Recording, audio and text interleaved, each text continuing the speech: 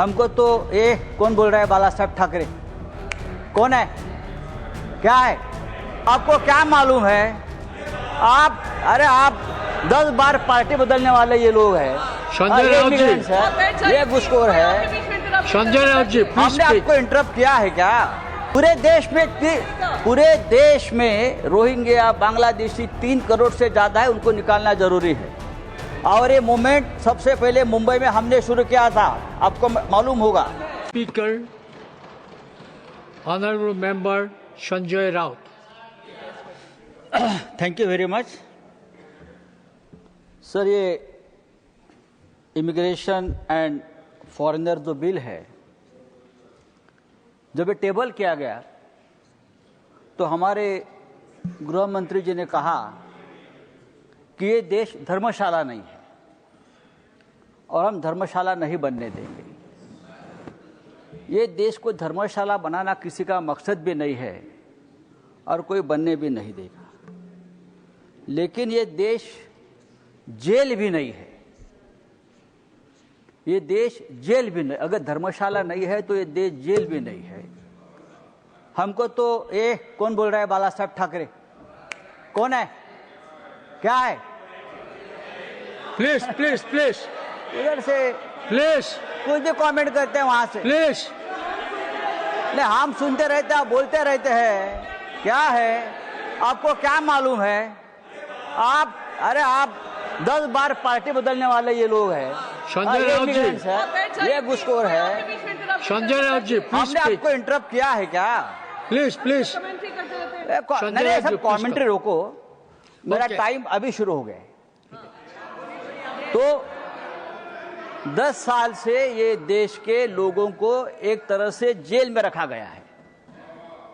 लेकिन अब जो विदेश से लोग आएंगे वैलिड पासपोर्ट पर, वैलिड वीजा पर, उनको भी शायद ये कानून जेल में रखना चाहता है। जिस तरह से कंडीशंस लगा दिए हैं, जिस तरह से उनके ऊपर फोर्सफुली बहुत से एक्ट लगा दिए हैं, तो यहां लोग धीरे धीरे टूरिस्ट भी आना बंद करेंगे। इस प्रकार के कठोर कानून यहां लगाए गए। सर, प्रेसिडेंट ट्रंप ने, हाँ, ये कानून चाहिए। हम नहीं चाहते कि देश में कोई इलीगल तरीके से रहे, चाहे बांग्लादेशी हो, चाहे रोहिंग्या हो, चाहे अमेरिकन हो, चाहे यूरोपियन हो। प्रेसिडेंट ट्रंप ने हमारे लोगों को, भारतीय लोगों को जो अवैध है वहां, उनको हाथ पांव में जंजीरें बांधकर आर्मी के प्लेन में यहां भेज दिया, इनह्यूमन तरीके से। ये कानून पास होने के बाद अगर इस देश में अमेरिकन कोई इलीगली रहता है तो उसी तरीके से हाथ पांव में जंजीरें बांधकर वॉशिंगटन में भेज दीजिए। ये आपका कानून रहेगा और ये करना जरूर है, तो आपका कानून है। सर प्लीज प्लीज पूरे देश में रोहिंग्या बांग्लादेशी 3 करोड़ से ज्यादा है, उनको निकालना जरूरी है। और ये मूवमेंट सबसे पहले मुंबई में हमने शुरू किया था, आपको मालूम होगा। हम है, सबसे पहले बाला साहब ठाकरे ने आवाज दिया था कि यहाँ एक भी बांग्लादेशी नहीं रहेगा।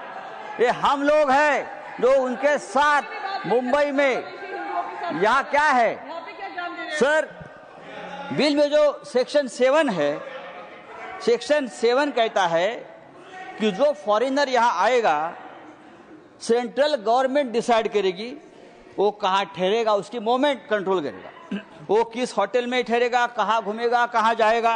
अगर कोई म्यूजिशियन है, कोई आर्टिस्ट है, कोई सोशल एक्टिविस्ट है, कोई डिप्लोमेट है, तो गवर्नमेंट डिसाइड करेगी।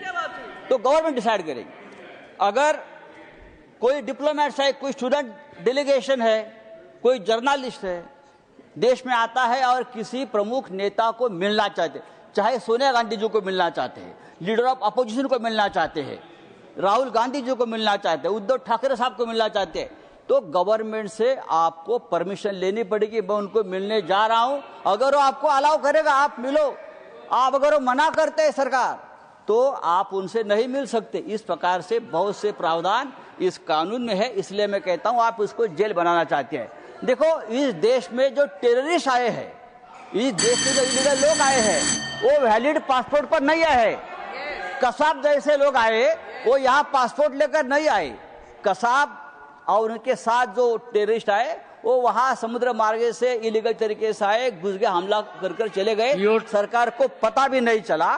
तो ये सब रोकने के लिए कानून की जरूरत, कानून पहले भी थे, आज अगर हम कानून और मजबूत बनाना चाहते हैं तो बनाइए, लेकिन इस कानून में ऐसे कुछ प्रावधान है, ये फिट केस है। ये बिल वापस आप स्टैंडिंग कमेटी के पास भेजकर उसके ऊपर वापस हम चर्चा करें। Thank you. Next speaker, Honorable